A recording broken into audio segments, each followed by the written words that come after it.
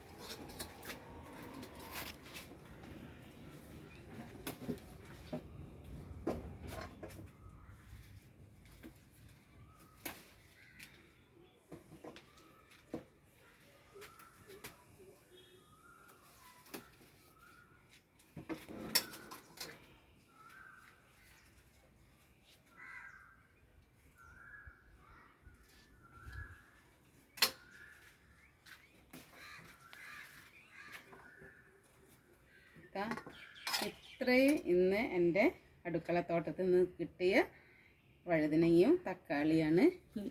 ഇതാ തക്കാളി ഇവിടെ ചെറുതായിട്ട് വരുന്നതേ ഉള്ളൂ. ഇതിൻ്റെ മേലെയും തക്കാളി വരുന്നുണ്ട്. ഇതും തക്കാളി നല്ലോണം കായ്ച്ച് നിൽക്കുകയാണ്. ഇനി ചീരണ്ട്. ഇനി അടുത്തതിൽ ഹായ്.